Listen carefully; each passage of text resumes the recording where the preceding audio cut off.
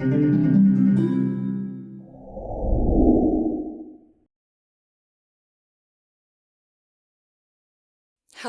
and welcome to the Cat Scrappiness YouTube channel. My name is Lynn, or LV Handcrafted here on YouTube, and today I am crafting with this gorgeous backdrop die. This is, it's got that ornament border on the one side, and we're gonna actually be making a shaker card.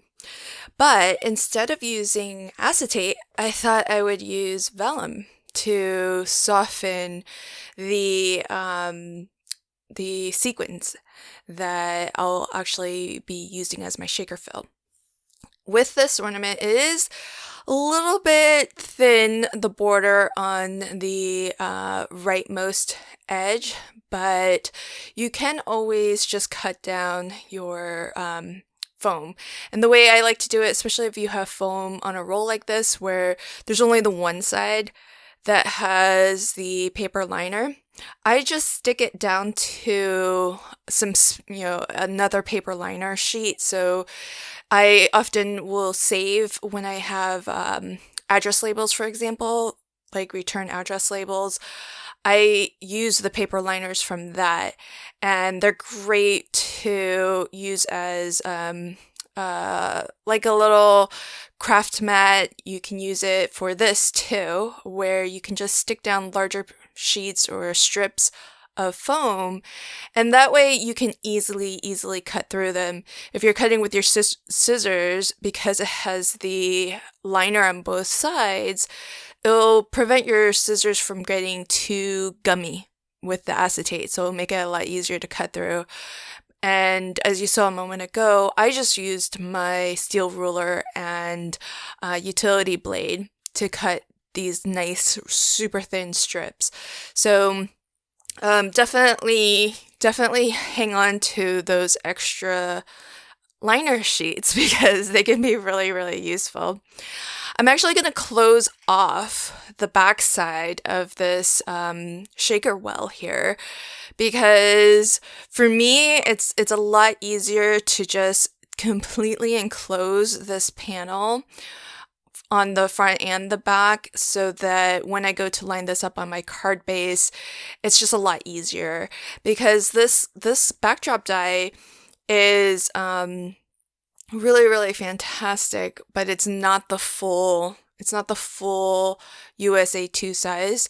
So you'll see a little bit of a border of your card base all the way around. So I find it's a lot easier for me to get this in the right place with that all the shaker bits completely confined, and this whole panel is a nice unit that I don't have to worry too much about any moving pieces, namely the shaker fill. So you can see here that you can still see the little bit of the Christmas colors, because this sequin mix is really lovely. It's got some red, green, and silver.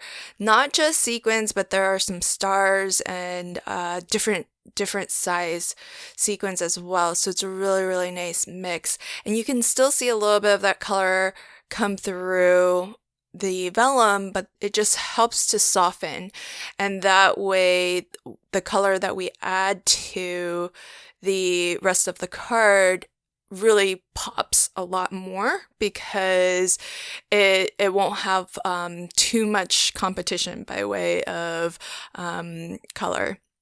So I'm using some of the stars to decorate the center of the snowflake pattern that is part of this gorgeous backdrop design.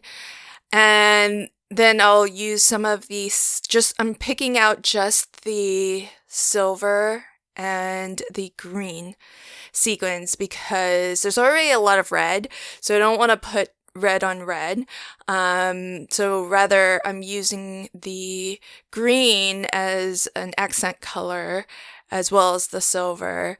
And the word Noel is from the latest Christmas release, and that's fantastic as a sentiment die because you do get two dies, but the die that cuts out the letters in the word Noel actually cuts out individual letters. They aren't connected, which I like that because that means you have a little bit more flexibility with how you position and how you use the letters.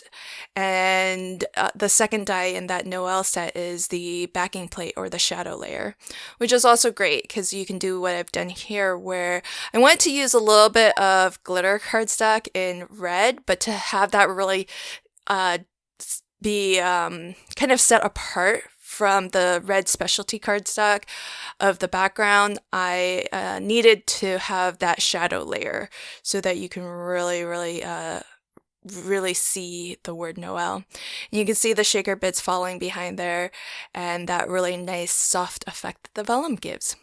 If you like this video, please consider subscribing to the Scrappiness YouTube channel. Thanks so much. Until next time, happy crafting and have a fantastic day. Bye.